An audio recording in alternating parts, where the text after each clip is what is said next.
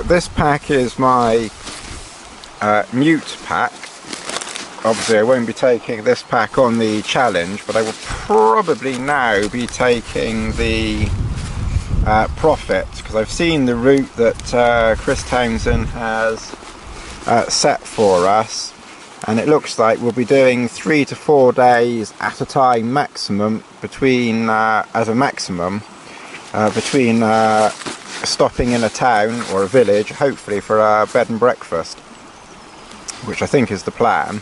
So that means I'll only need 3 to 4 days, say 4 days of food at a time.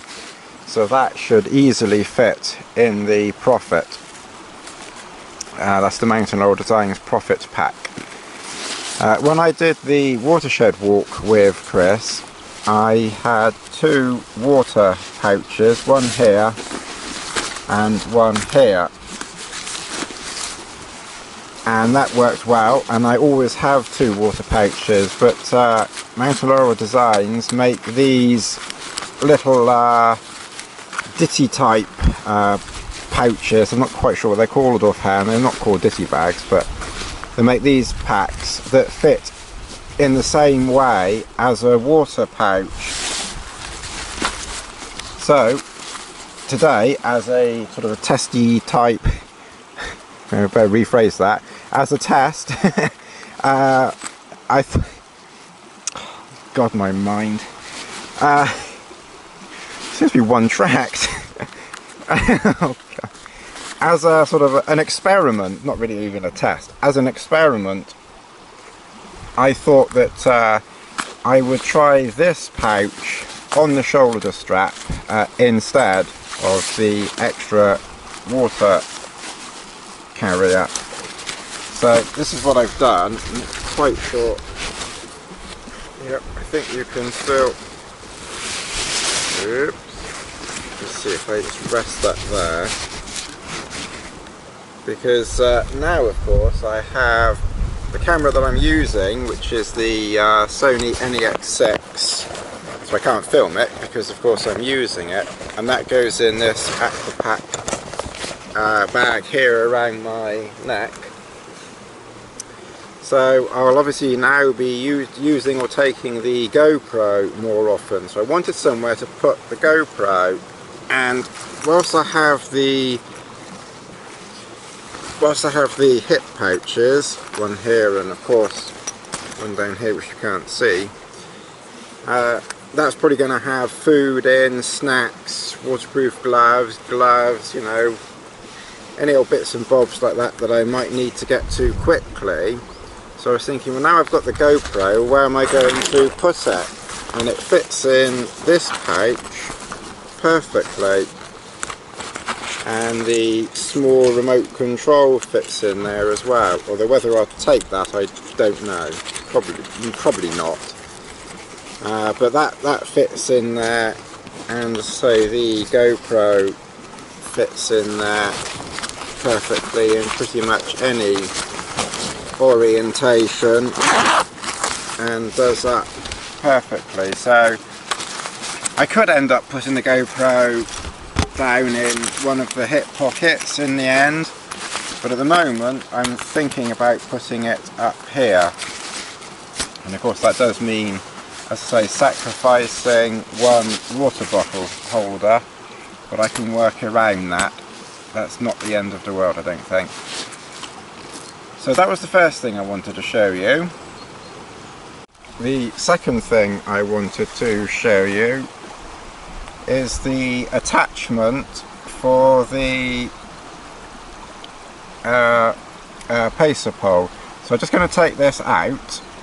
So in the top of a pacer pole you have little holes, one here and one on the other pole, and both of them have little bungs in. If you take the bung out, you then have a hole. And pacer pole sell these little attachments which have a tripod mount on the top that fit in here. Now last week when I did it, I think I had put it in that way round and pushed it all the way down, and that was the angle that I was using and was getting some of the pole in. And GoPro sell these attachments, which is a tripod mount which you can mount the GoPro onto, and that, I won't say screws on there, that attaches to there. Hang on a minute, I can't do it one-handed.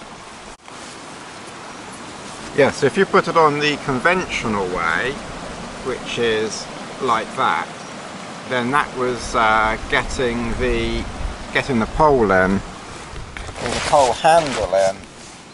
If I reverse it and put it on that way,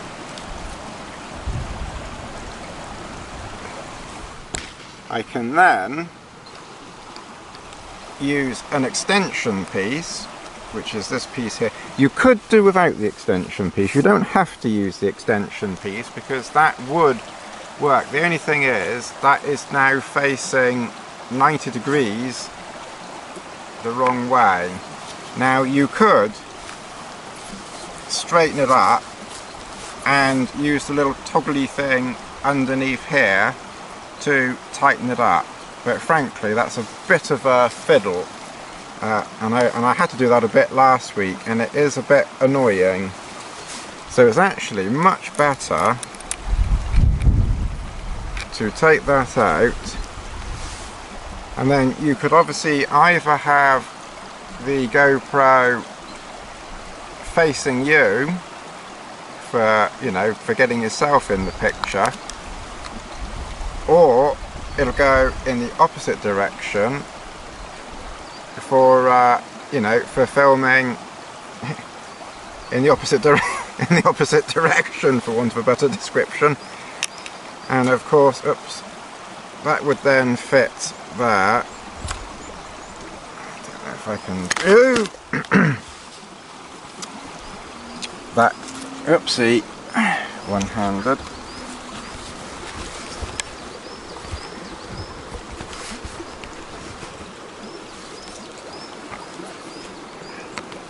So that would attach on, oopsie, like that. I'm trying to jiggle things over here, like that. And then from that angle,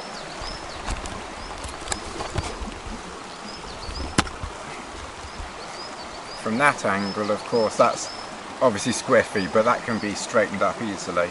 But from that angle, that will now get me in, and probably none of the pole, or maybe a bit of the pole, depending on which way you angle it.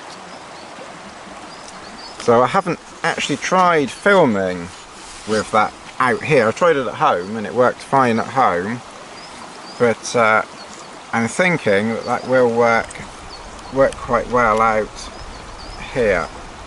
And of course you theoretically now have an extra axis, because I can tilt it this way, I can tilt it, you know, this way, left and right, but then with the bolt in here, as you can see with my finger, I can then loosen and unloosen that, and then I can angle the camera backwards or forwards as well. So I would have, you know, the best of both worlds there. So it is worth having that little extra extension piece there. And that came with the GoPro itself.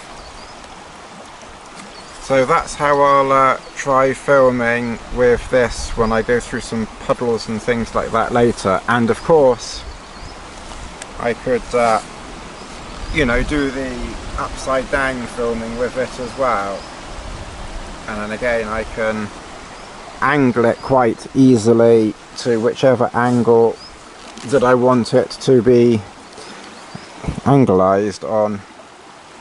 So that's that. So I'm going to make another cup of tea and then get going.